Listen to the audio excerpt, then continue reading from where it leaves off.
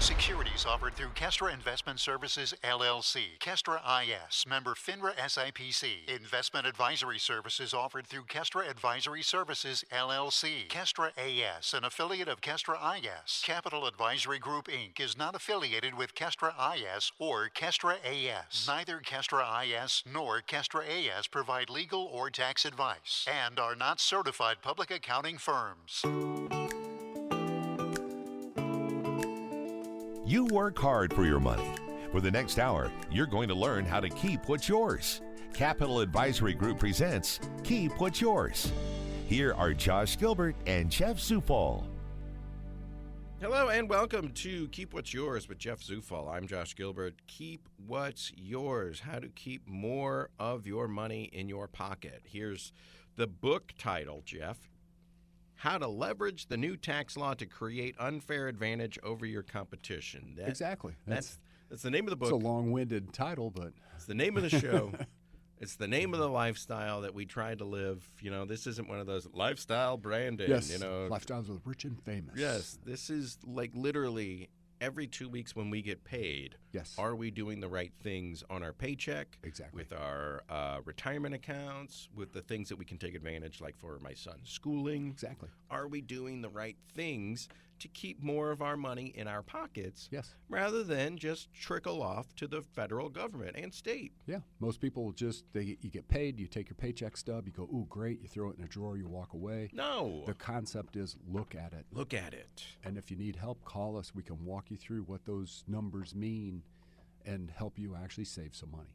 It's one of these things where you just keep trying to tell people if you're not doing anything, exactly, you're leaving money on the table. Yes, and that is and the table is the IRS. Yeah, it's not right. Your table; it's their table. It's their table, and they'll gladly take it. But they have put things in place in the tax code that can benefit us. And unless we listen to this show, or unless we go to Jeff Zufall in his office at Capital Advisory Group, or unless we actually read the tax code. Yes, boring, but we wouldn't necessity. Right. We wouldn't know these things are even out there. And not only, we listen to the show. Hey, there's some things out there. Josh is taking advantage of something, and Jeff mentioned something last week. How do we implement that into our paycheck, into our daily lifestyle? Well, you got to have somebody hold your hand through the process. Yeah, walk you through it. You got to talk to your HR department, or you have to talk to Jeff, or you have to have Jeff talk to your HR department. That is actually better. And we could sit on a three-way call and just kind of sit back and let you guys hash it out. Yeah. And, Jeff's looking out for you. The HR company puts it into play, and maybe you see a couple less bucks on your paycheck the next go around, but it's not going to the government. Exactly. It's going in the form of your taxes. pocket. It's going to your pocket, whether it's in your kid's schooling in a couple of years, or whether it's your retirement. Exactly. In a couple more. So if you're not doing anything, you're just leaving money on the table, or more realistically, you're giving more money to the government than what you have to. Than what you have to, what you're legally obligated to. And that's the thing, and I'm paraphrasing a great man who once said, "Why would I pay more taxes than I legally have to?" President of the United States at one point, and is running again. Yes. We'll see what happens. Attempting to run again. But, as much as you hate to say it, he's right. He is. Exactly. They put the laws out there. As long as you abide by them, you're safe. And if there's a rule out there, a law out there that says you can take a deduction, take it. Don't walk away from it. And whether those loopholes are right or wrong, exactly, they're there. They're there. So, does the Biden administration close them? Does the next administration open new ones? Well, remember, next year, 2024, is an election year. Mm-hmm. And all of Trump's tax cuts that he put in play in 2018 sunset in 25. So whoever really wins the election, not by choice, but they're going to be forced to reset a lot of these tax laws. And that's one of those things. It's like we set ourselves up, and I say, great, this is great, Jeff. We're saving for our retirement, and we're saving for our kids' schooling in how old's Finn too? In 16 years. Yeah, 16 years. We're good to go. See ya. Yep. And it's like, well, get another appointment on the schedule, on the calendar, because things can change on a dime. There will be probably huge, and again, not to be, I think everybody has to look at this, not to be naive and say, oh, maybe if so-and-so wins, they'll lower taxes for us.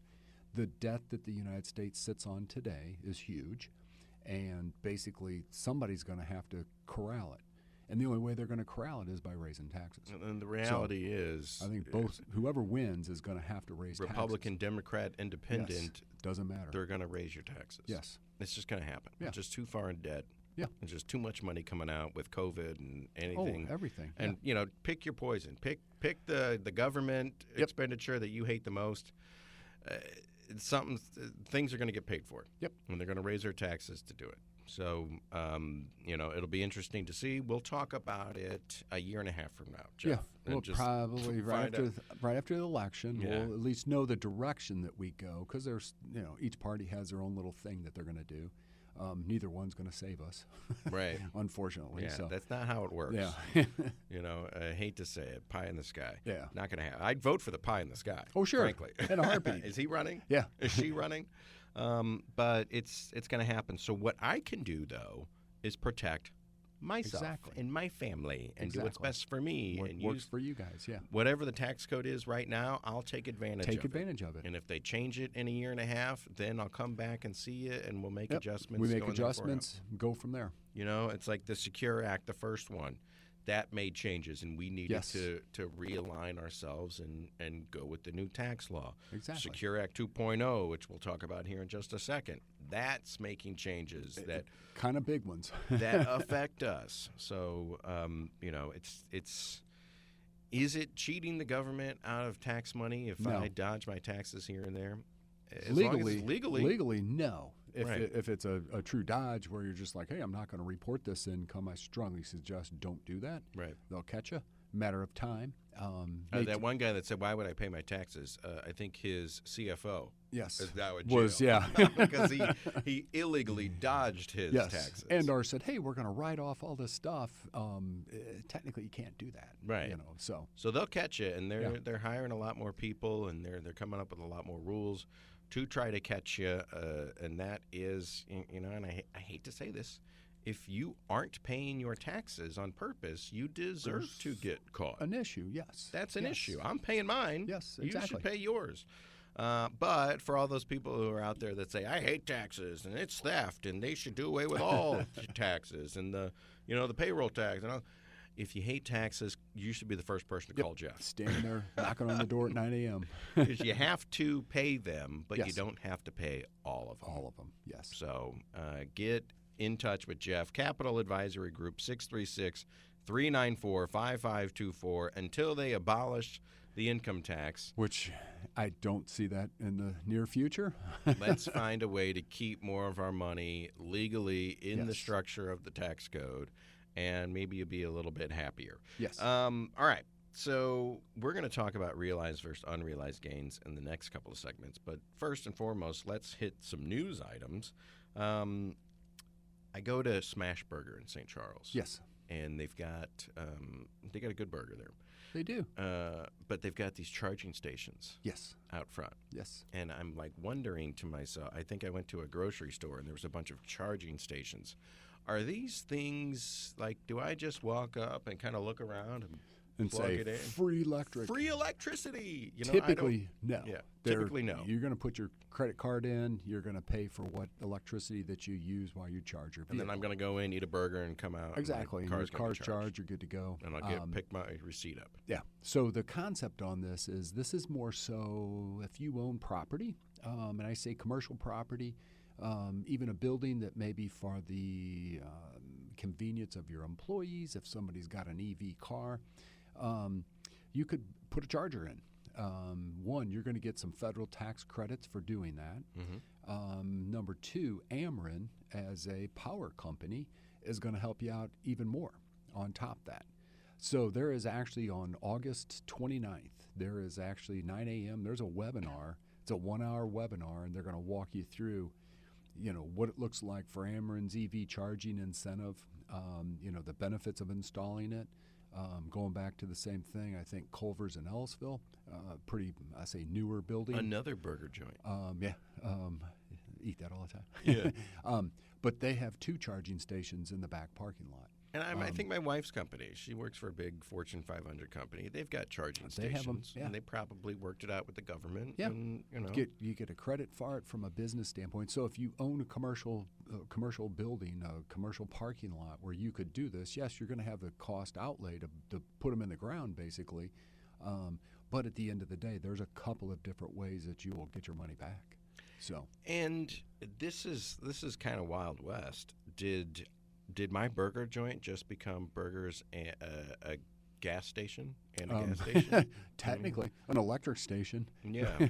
And then when they pay that, who's that ultimately going to? Am I skimming off the top for that, or is that going just straight to Ameren for the electricity? The concept is you're paying that electric bill with your regular electric bill for your piece of property. But you can also put timers on there. I believe Culver's, they say when they flip the switch at night, 10 o'clock or whatever it is, when they close, they flip the switch, it turns the power off to those. So nobody could sneak in there at 2 in the morning and think they're going to get free power. I mean, it's off. But, so they scan their credit card, they charge their car, they go inside and get some cheese curds. Yes. And then they come out. Who did they pay? They're actually paying the owner. They're paying the property Culver's owner, or whatever the corporate entity is. Yes, yeah. And then they turn around and pay Ameren. They have to pay Ameren for their regular bill. Yeah. And then what's the taxes on that? Is that more like a pass-through or something? It's more of a pass-through, and if anything, I mean, you're going to pay your utility tax, and it might raise your utility bill in a sense, but still, at the end of the day, it's helping pay for whatever electricity that you use to charge your car. I wonder what versus gas, per gallon, what is it, 3.5 or whatever? Yeah. What is it per, gigawatt? That's. I think that's still out there. If it costs me $50 to fill up my tank, what does it cost to charge up? To charge a car, that I don't know. But I know that I think GM has come out and they've kind of said, "Hey, this isn't as profitable as what we thought it was." And there's been a little rumblings on their side. Not that they're pulling anything back yet, but.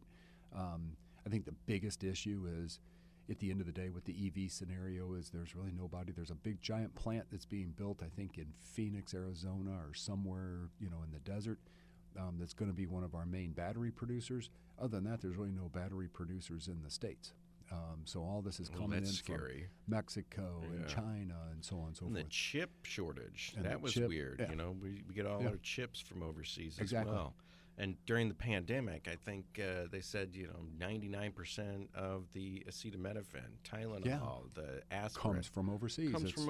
That's put on crazy. A cargo box and shipped over here, which is a little scary. Made in America, not so much. Not so much anymore.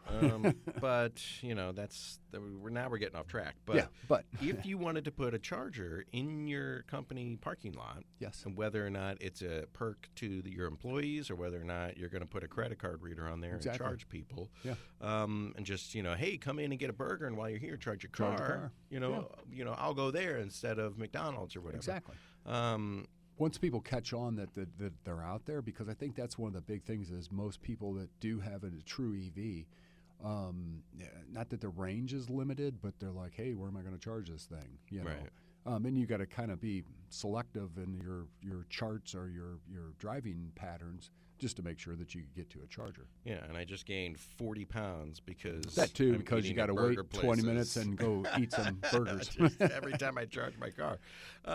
But the government's going to kick in, federal government, and Ameren will even kind of they have an incentive because you're selling their product, so they'll help you out. Hey, we need you to pump our electricity. How are we going to do that? Well, put a charger in. Yeah, no different if you've got a new furnace, new AC unit. Electric water heater. They don't like gas water heaters. Laclede's not a thing anymore. Spire kicks in on they'll that kick sometimes. They'll kick in.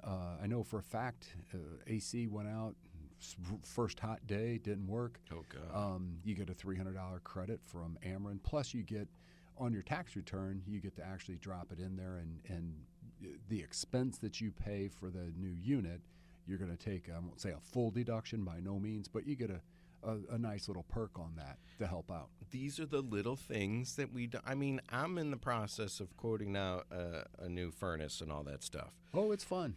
But if I don't know that there are things to take advantage of out there, I'm just going to buy a furnace and a new AC unit and all that stuff and not take the tax advantage. Yeah. Anytime that your windows, doors, insulation, there's a whole bunch, along with the EV charging, so on and so forth in the batteries.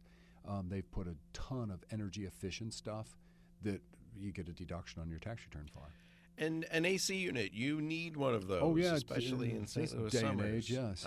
My son's daycare, I need to pay that. Yeah. Why not take advantage of it on a tax efficient basis? On a tax efficient way. Yes. To pay something that I have to buy anyway. Yeah. And just do it more tax efficiently. Leave some money in my pocket. We saved, capped, I should say, $1,200 last year. That's right. And going Buying forward. Lunch. Yeah. Thanks a lot. So Ameren will help you out with that. What about putting one of these chargers in our own home? You can do the same thing. It's a $1,200 credit for putting the pay for an electrician to come wire it in and actually put a charging station in your garage. So you'll get that too. So you buy an electric car, which a lot of people are doing these days. Oh, yeah. They had record numbers last quarter. And people buy an electric car, they have to charge it up, so they have to install a charger. How many people are just putting the charger in and not telling the government? Exactly. They might not even know that there's a credit out there for it. Give me my tax break for this. Well, because you're going to have to pay electrician. I mean, honestly, pay electrician to run. I think there's some difference in the voltage. It's 220, 221.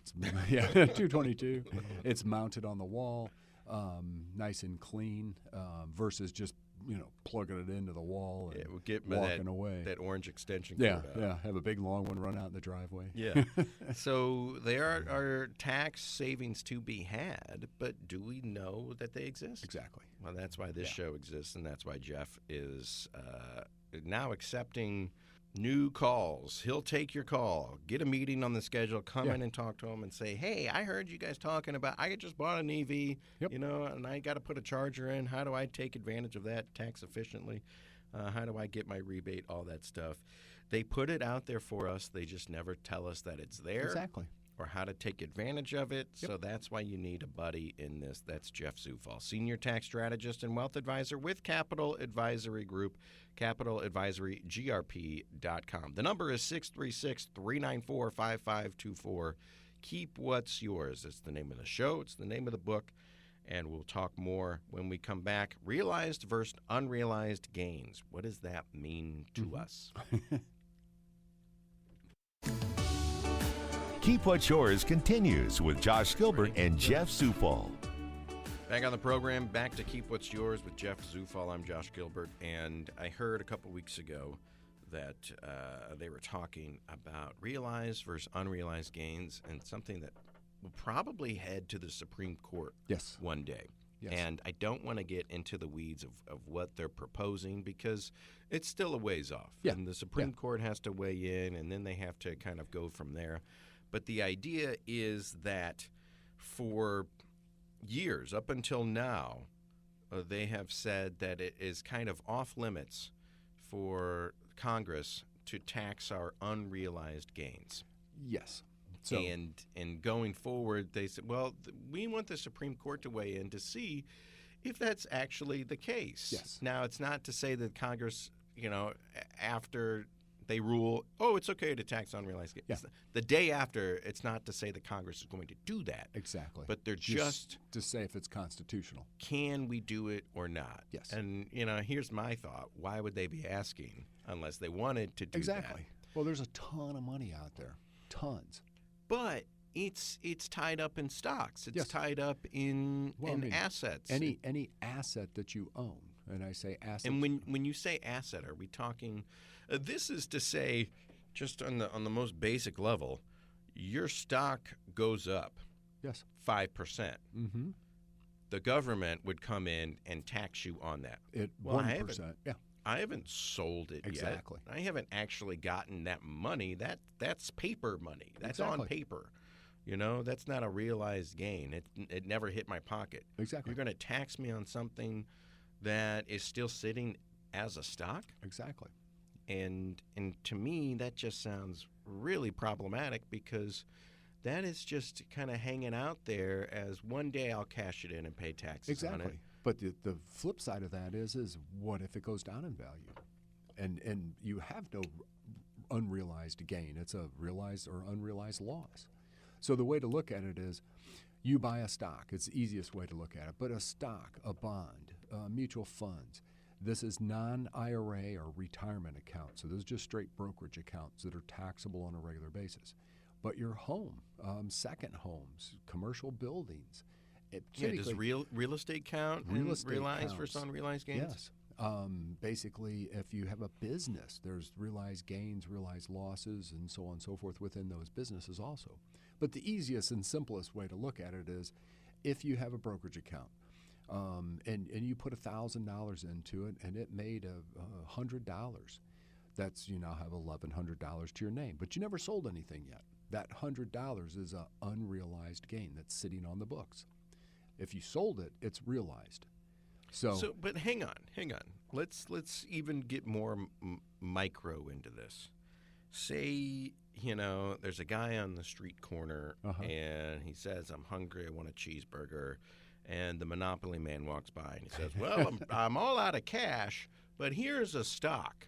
I'm flush with stocks." Yes. Because Monopoly man doesn't carry cash anymore. No cash. It's all a debit card. So he gives this guy a stock that's worth $10. Yes. And all of a sudden, it becomes the most profitable company in the world and shoots. Yes. And that $10 stock is now worth $100,000. Yes.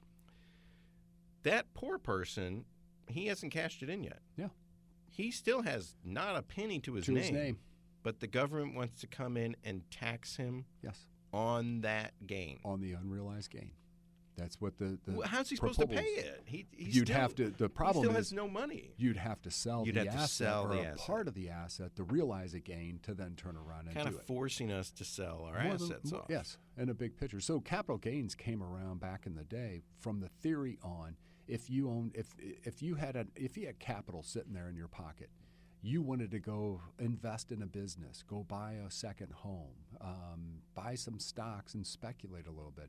The theory is if you made money on it and you sold it, which is then realized, you pay a capital gain.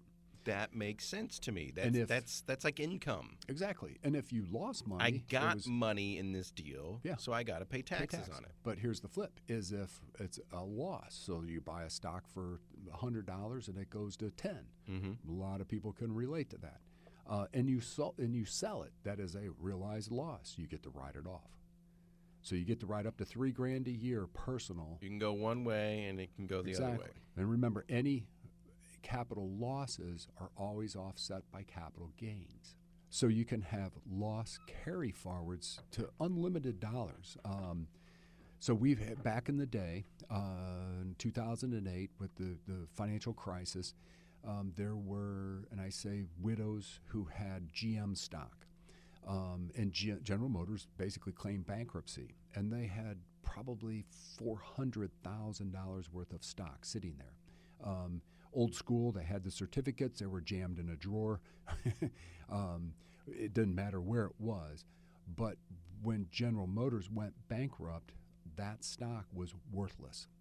So literally, here's a 92-year-old widow who thought she had a ton of money, who literally has a $400,000 loss carry forward sitting on her tax return that she can take $3,000 a year until she uses it up.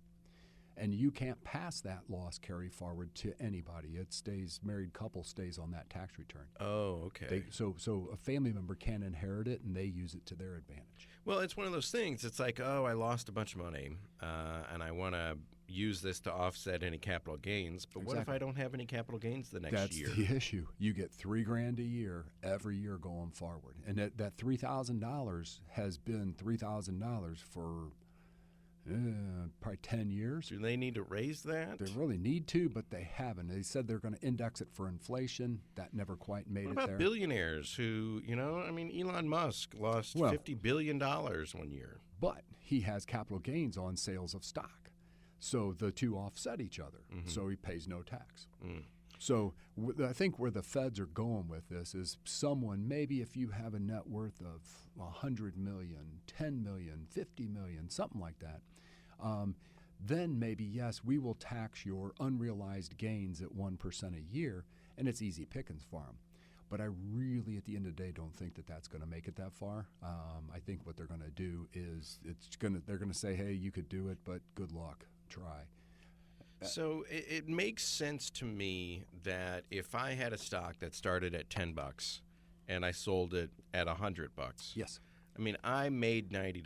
Yeah, makes sense to me that the government charges me capital gains, whether it's 15 or 20%. Exactly. Depends upon your adjusted gross income.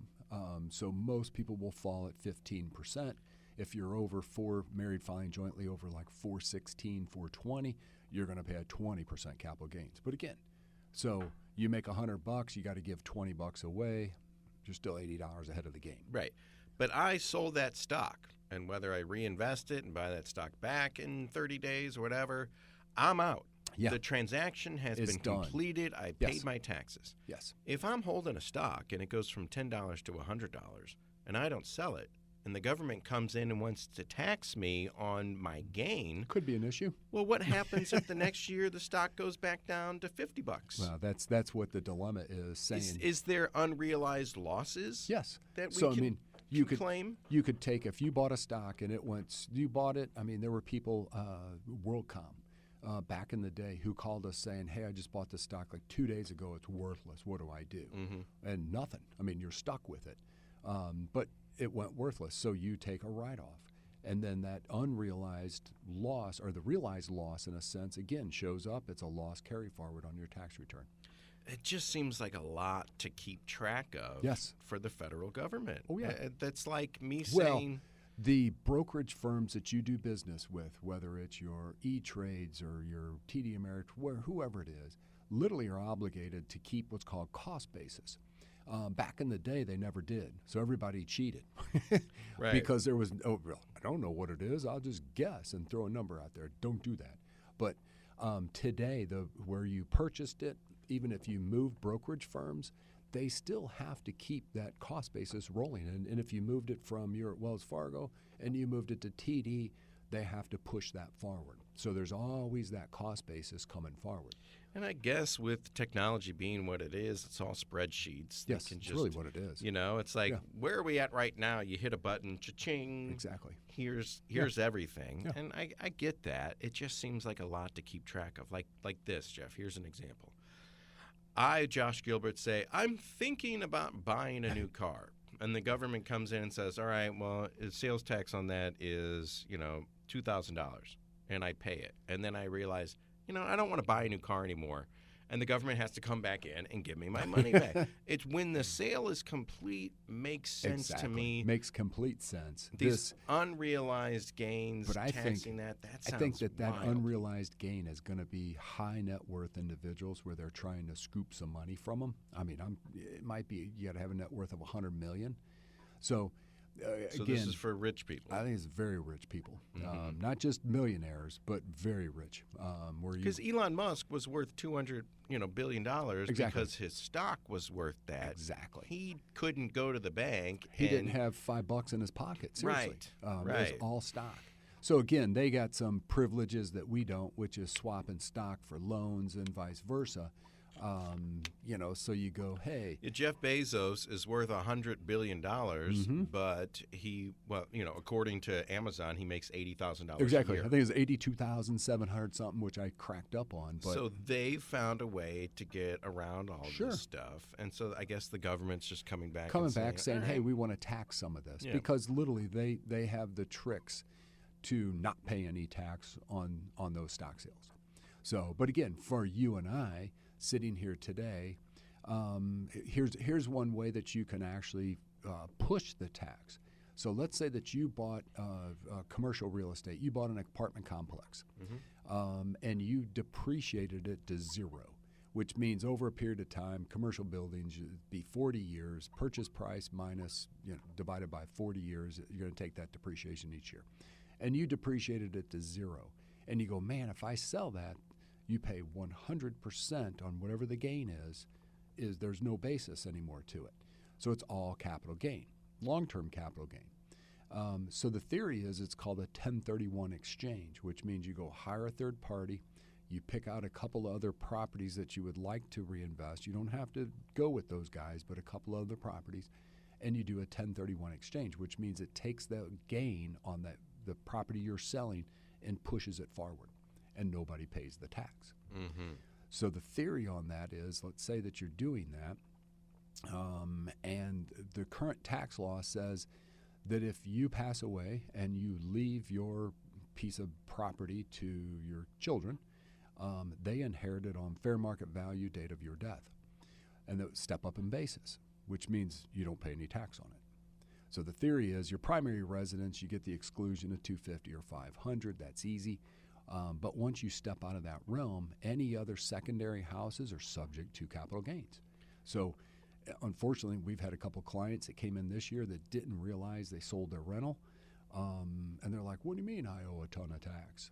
Because you have a basis, you sold it more than what you bought it for, and over the last 4 years you took a little bit of depreciation, which means it knocks your basis down, and poof, they owe tax. And so this is that idea that if you have a rental property and you sell it, as long as you roll it into a new rental property. And you have to follow the rules for the 1031 exchange. And there's pretty specific rules. There's a series of events that have to take place. It's easy to follow, but there's a series of events that have to take place as you move forward. Yeah. So, again, I say this all the time on this show. Keep what's yours, Jeff Zufall. You said a lot of stuff right there, and it's, I'm catching about 25 to 30% of it, but I realize there's a lot more that goes into this. Oh, yeah. How am I possibly going to try to do this by myself? It'd be really hard, seriously, really hard. Now, if you were kind of in finance or you got into it and it kind of perked your fancy in a sense and you started reading and researching, yeah, you could run with that. But typically, just call us. We'll help you. That's the whole theory. That number's 636-394-5524. I started the 394 first. 636-394-5524. Capital Advisory Group, CapitalAdvisoryGrp.com. Jeff Zufall, Senior Tax Strategist and Wealth Advisor. Full disclosure, he's my tax guy. He's Heidi's tax guy. He's my parents' tax guy. He's Heidi's parents' tax guy. And he can be yours as well. Why would you want to mess with all of this? Yeah. It just seems like it's going to get even more complicated. It probably will. I mean, the laws are getting a little convoluted in a sense. And really like just the basic stuff, especially with the tax law being with Trump's tax law sunsetting in 25. Yeah. In 24, or I should say end of 24, whoever wins, early part of 25 is going to go at it. And you know that they're going to, and again, both parties are going to tax us. There's not one better than the other. So you know that they're going to raise taxes, and it's a reset on a ton of different stuff sitting out there. And that's one of those things where, you got the Republican field trying to narrow itself down. No one's talking about this. I think the first and foremost, they should say, vote for me for president because we get to reset the tax code. Exactly. And if you want, the other guy to do it, well, good luck. I'm not naive either. I get that as a country, we're deep in debt, a scary amount of debt. How's that? Yeah. And they can't just keep kicking it down the road. Somebody has to address this. So whether it's a Republican, Democrat, Independent, I think that they're going to have to raise tax rates, and we may not like them, but you got to do what you got to do. Yep. All right, let's go to commercial break, but when we come back, let's talk more about realized versus unrealized gains. We don't know what the Supreme Court's going to say on this. We don't know what Congress is going to do if given the green light, but a stock that increases in value, can you be taxed on that before you even sell it? That sounds messy. Jeff Zufall, Senior Tax Strategist and Wealth Advisor with Capital Advisory Group. We'll be back right after this.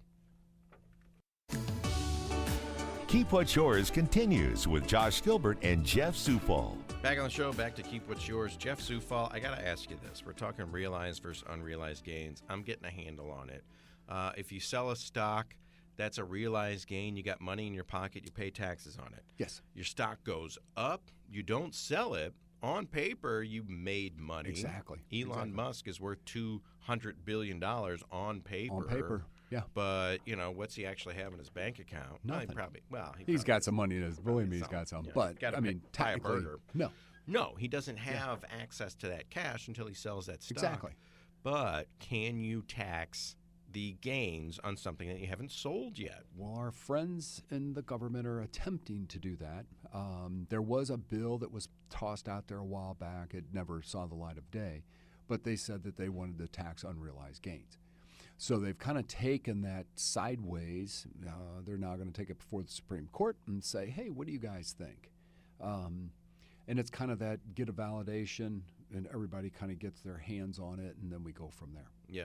But, so we don't know what the Supreme Court's going to say, and even if they say, yeah, that's constitutional, you can tax unrealized gains, we don't know if Congress is actually going to pull the trigger on it. Yeah, pull it. They may say, ooh, and or it may be this is only for somebody with, $100 million net worth, and then we're going to ding you 1% or 2% or whatever the number is. And then those guys will go hire their attorneys and their lobbyists and their accountants, and they'll go fight it and see what happens. Well, their attorneys and lobbyists are already working inside. It's chomping at the bit. Yeah. So, but let me ask you this: unrealized gains every year, and I'm a new homeowner. I spent 38 years, either living with my parents or renting. Yes. I'm a new homeowner. I'm still trying to grasp real estate taxes. I mean, they just go, and I don't get any of this back ever. It just keeps going out, but every year? Hypothetically, you're paying it. If you look at your bill, it'll give you the rolling tab of where it goes. Top two are your school district and your fire department. Special school, I don't know about St. Charles County, but I know St. Louis County, special school district is also slid in there. And they get the lion's share of those tax dollars. Well, I'm looking at, my mortgage statement, and I'm like, okay, principal versus interest, and what's this line? Taxes. Yeah, I'll never get that back.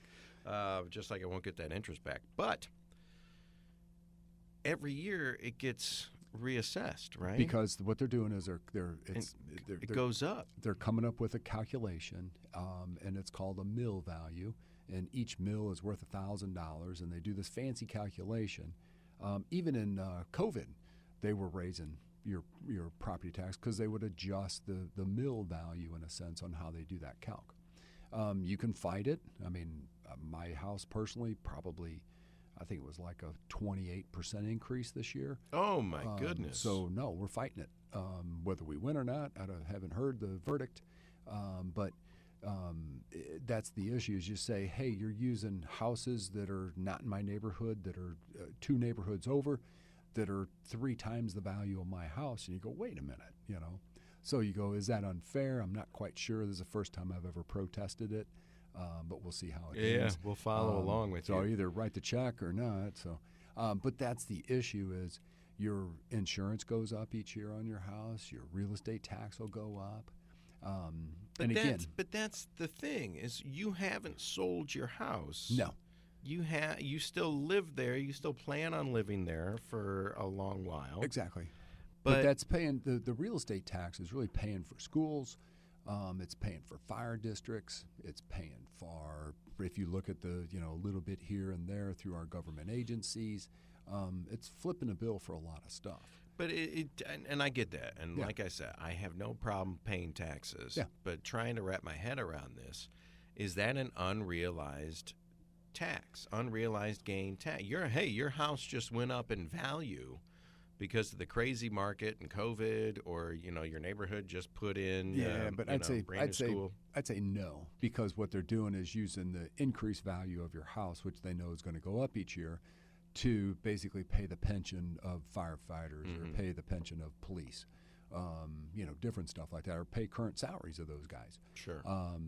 School district, it pays for the teachers, the buildings, the upkeep and all that fun stuff. So, and you hear a lot of older people saying, hey, my kids haven't been in school for 60 years. Why am I still paying that? Right. So that actually made it to state of Missouri, and they were talking about St. Louis County's talking about exactly it, right? trying to levelize. If you're over 65, or I don't know what the age is, I don't think they've really said yet, but 65 or 70, your property taxes are will frozen. freeze, and they'll freeze straight Do you forward. have to keep paying them, or I'd they assume stop? They would freeze. Going up. So say it's $4,000 a year. It's going to be $4,000 a year going forward. It would not increase because, again, 20-something% increase on your real estate tax. If you're on a fixed income, that's kind of an issue. I mean, yeah, it's a huge issue. All right, and so when I was a little kid, MC Hammer got huge. Remember that? You can't touch this. Yeah. And he bought this giant house, and then all of a sudden he went bankrupt and had to sell his house. And I'm like, well, why did he have to sell his house? He already bought it. And then someone told me, well, Josh, real estate taxes never stop. No. Year in, year out, whether you paid the house off or not, you're still paying real estate taxes. We always get that debate, people saying, I'm going to pay my house off and I have nothing to worry about. Well, real estate taxes. Yeah, you do. You got insurance because you got to insure it in case it burns or blows away. Right. And you still have to pay real estate tax. And there was no way around that. So it's like, I got $50 million. I'll buy a house for $50 million. Well, be a nice house. Yeah. What about real estate taxes? Exactly. What about going forward for the next 20, 30 years? And you always bring this up, the little old lady that had that house in Ladue in 1948. And,